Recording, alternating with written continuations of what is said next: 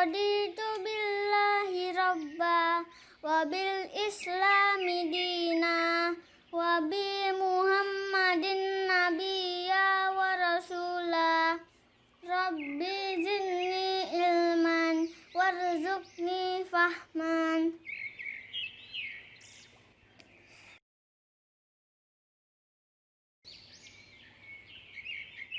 Kami ridho Allah sebagai Tuhanku, Islam sebagai agamaku, dan Nabi Muhammad sebagai Nabi dan Rasul. Ya Allah, tambahkanlah kepadaku ilmu dan berikanlah aku pengertian yang baik. Ayo kita simak pembelajaran kita hari ini.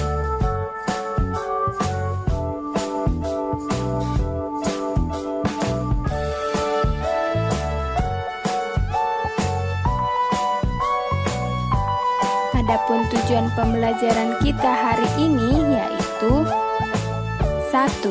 Siswa mampu mengidentifikasi posisi dan peran Indonesia di bidang ekonomi dalam lingkup ASEAN secara terperinci. 2. Siswa mampu menjelaskan tentang medan magnet dengan benar. 3. Siswa mampu mengidentifikasi komponen teks formulir dengan tepat. Anak-anak dari sebuah kreativitas dapat menghasilkan karya yang bernilai jual. Contohnya, Ibu Made Yuliani yang memanfaatkan bunga-bunga kering yang ada di sekitar rumahnya. Awalnya, bunga-bunga tersebut dirangkai, kemudian usahanya semakin berkembang dan menghasilkan aneka produk seperti sabun, pelembab, dan pewangi ruangan. Bagaimana cara memasarkannya? Pada Agustus 2006, disepakati sebuah dokumen blueprint pada pertemuan ke-38 ASEAN Economy Minister Meeting atau IEM di Kuala Lumpur. ASEAN Economic Community adalah masyarakat ekonomi ASEAN yang dikenal dengan sebutan MEA. Nah, apa yang melatar belakangi disepakatinya dokumen blueprint tersebut? Ada 4 pilar MEA, yaitu pertama, pasar dan basic produk tunggal. Pasar dan basic produk tunggal menciptakan pasar tunggal dan kesatuan basic produksi sebagai upaya perluasan melalui integrasi. Melalui proses tersebut diharapkan ASEAN secara perlahan akan menjadi kawasan yang bebas perdagangan barang, jasa, modal, dan tenaga kerja. Yang kedua yaitu kawasan ekonomi berdaya saing tinggi. Dapat dilakukan dengan memperkuat peraturan kompetensi ekonomi seperti kebijakan perlindungan konsumen, perpajakan, dan pengembangan infrastruktur. Yang ketiga, kawasan pembangunan ekonomi yang merata dan adil. Pemberdayaan ekonomi dilakukan untuk membantu usaha kecil dan menengah, terutama untuk negara-negara yang kondisi perekonomiannya kurang aman karena berulang kali mengalami konflik politik, sosial, dan kebudayaan. Yang terakhir yaitu integrasi dengan perekonomian dunia. Dengan melakukan integrasi atau pembauran dengan pembangunan satu kesatuan yang utuh diharapkan dapat meningkatkan peran serta ASEAN dalam peraturan kebijakan global. Tujuan pembentukan MEA yaitu menciptakan kawasan yang stabil, sejahtera, dan sangat kompetitif, di mana terdapat lalu lintas barang, jasa, investasi, modal pembangunan ekonomi yang setara, dan pengurangan kemiskinan dan kesenjangan sosial ekonomi. Adapun manfaat MEA bagi negara-negara ASEAN menciptakan jutaan lapangan kerja, meningkatkan kesejahteraan rakyat, memudahkan ekspor dan impor antar negara ASEAN, dan memudahkan mendapatkan investasi. Pengaruh MEA bagi Indonesia. Yang pertama yaitu membuka arus perdagangan barang dan jasa. Indonesia kaya akan sumber daya alam yang berkualitas dan tidak dimiliki oleh negara lain. Proses ekspor yang selama ini terhambat oleh tingginya biaya cukai kini secara perlahan-lahan teratasi. Produk Indonesia kini memiliki pasar yang lebih luas. Yang kedua yaitu membuka pasar tenaga kerja profesional, contohnya dokter, akuntan, pengacara, dan lain-lain. Hal ini memberikan kemudahan kepada tenaga kerja profesional yang memiliki keterampilan untuk mengikuti program pertukaran tenaga kerja. Pekerja profesional yang memiliki keahlian tertentu akan dengan mudah mengakses lapangan kerja di negara-negara lain. Dan yang ketiga yaitu kualitas produk dan sumber daya manusia di Indonesia harus terus ditingkatkan agar mampu berpartisipasi bersama tenaga kerja asing.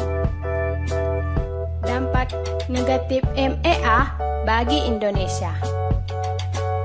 Terancamnya posisi industri lokal.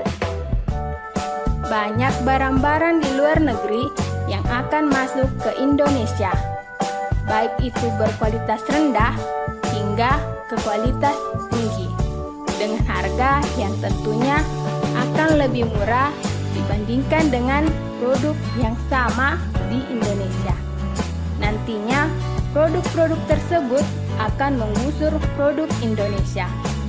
Yang kedua yaitu sulit mendapatkan pekerjaan karena harus bersaing dengan masyarakat luar yang mempunyai keterampilan lebih baik.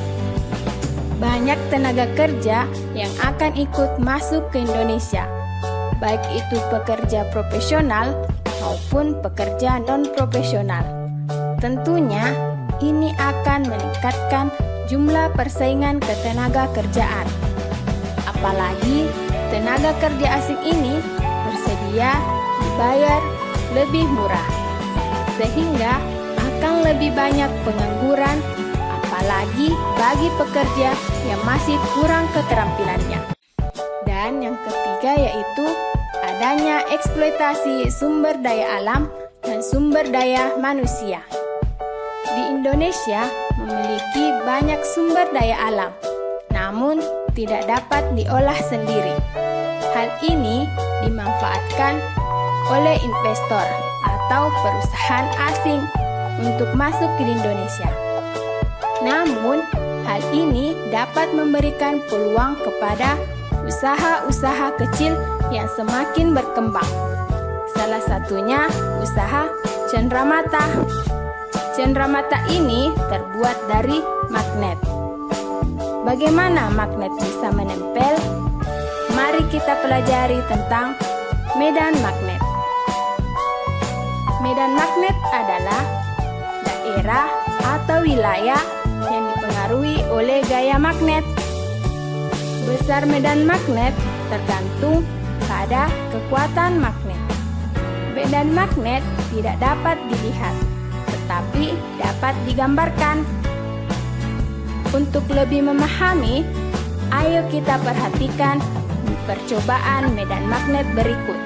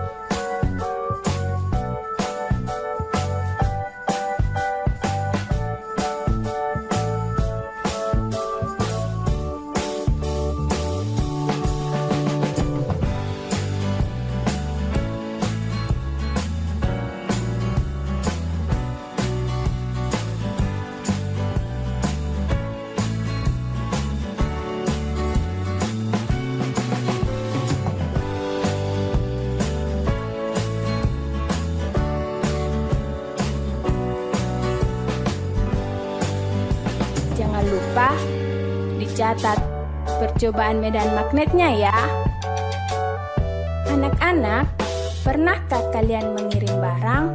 Tahukah anak-anakku, sebelum kita mengirim barang, kita harus mengisi formulir pengiriman terlebih dahulu. Berikut contoh pengiriman formulir barang melalui pos. Alamat pengirim harus jelas supaya jika alamat tujuan tidak sampai, barang dapat kembali. Alamat tujuan juga harus jelas supaya barang cepat sampai. Jenis barang harus jelas supaya mudah dalam proses penanganan dan mengantisipasi hal-hal yang tidak diinginkan. Tanggal pengiriman juga harus ditulis dengan benar agar mudah dalam pengawasan. Berat barang harus ditimbang untuk mengetahui biaya pengiriman. Itulah tadi beberapa materi yang sempat Ibu paparkan pada pertemuan kali ini. Dan Ibu telah menyiapkan tugas untuk anak-anakku. Namun sebelumnya, sediakan kamera handphone kalian untuk memotret tugas tersebut. Setelah tugas selesai dikerjakan, silahkan dikumpul ke guru kelasnya masing-masing ya.